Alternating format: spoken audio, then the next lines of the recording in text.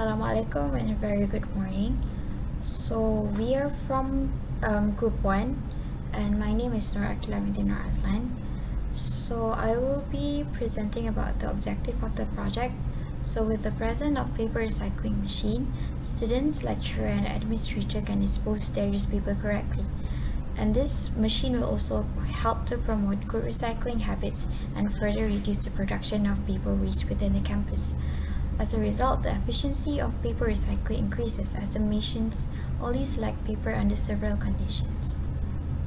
I'm SAMIR. Today I will talk about environmental issues related to recycling.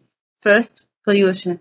There are numerous types of pollution, including some that are linked to the disposal of recyclable materials like paper, glass, and plastic.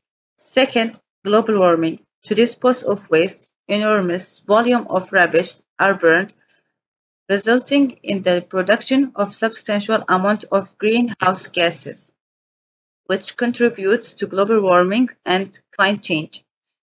On the other hand, the recycling process emits very little greenhouse gases. Then, let's talk about recycling benefits. There are a lot of benefits for recycling, such as, first, recycling conserves resource. Recycling paper and wood saves trees and forests. Recycling plastic means creating less new plastic. Second, recycling saves energy. It takes less energy to make items from recycled materials than it doesn't to make them from new raw materials. Third, cutting climate-changing carbon emissions. Recycling reduces carbon emissions by reducing the amount of energy required to source and process fresh raw materials. Now we are going to talk about manufacturing of paper. First of all, the cellulose fibers are extracted from sources and converted to pulp. Secondly, water is added into the pulp. After that, the pulp mixture is placed into a paper making machine called the Fortnriner machine. The machine will flatten, dry, and cut the pulp mixture into sheets and rolls. Spruce, pine, and fir are the most used trees for paper production. Other natural fibers such as cotton can also be an alternative material for paper.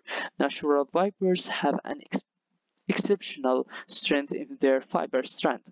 This strength is why the cotton paper is well known for letterhead and other corporate fixed items. Next, I will proceed with the benefits of paper recycling. So first, by recycling paper, we can save space in landfills because less paper disposal, then less waste, hence give more space for non-recyclable waste.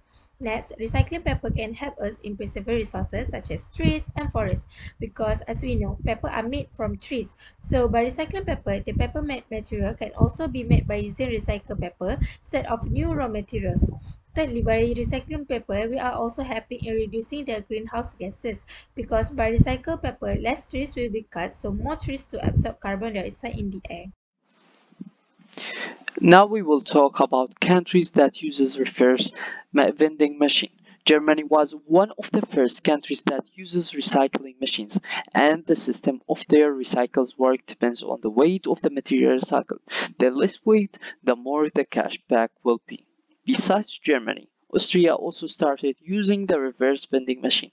Austria has a recycling machine that has conditions to accept the can. Any product that has more than 5% of total organic carbon emission is refused to make sure there is no material end up in the ground.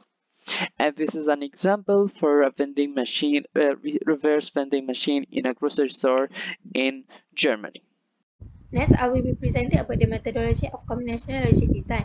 There are 4 steps: conceptualize, truth table, equation, and schematic diagram. So for this project, we are proposing the idea of recycling paper machine with a circuit with 3 input and 1 single output. The machine accepts the paper if 2 or more of the following conditions were met.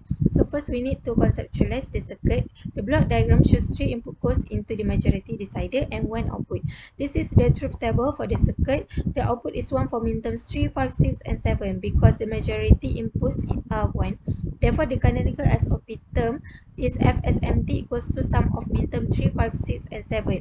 To derive the minimum Boolean expression, can use either one of this method, either Kana map SOP or Kana map POS.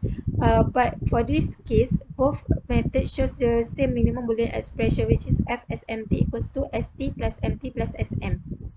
We'll be presenting about the result and analysis of our project. So as you can see here, we have used 3 AND gates and OR gate, 3 input which is S, M, and T, and 1 output of F. So this is the result of this is our waveform. So as you can see, the SMT here is been set into a 3 bits input, and this is the output. So whenever 2 or more inputs are high, the output will be high. So basically the waveform that we have obtained here satisfy the truth table that we have obtained from our previous chapter. So that's all from me. Thank you.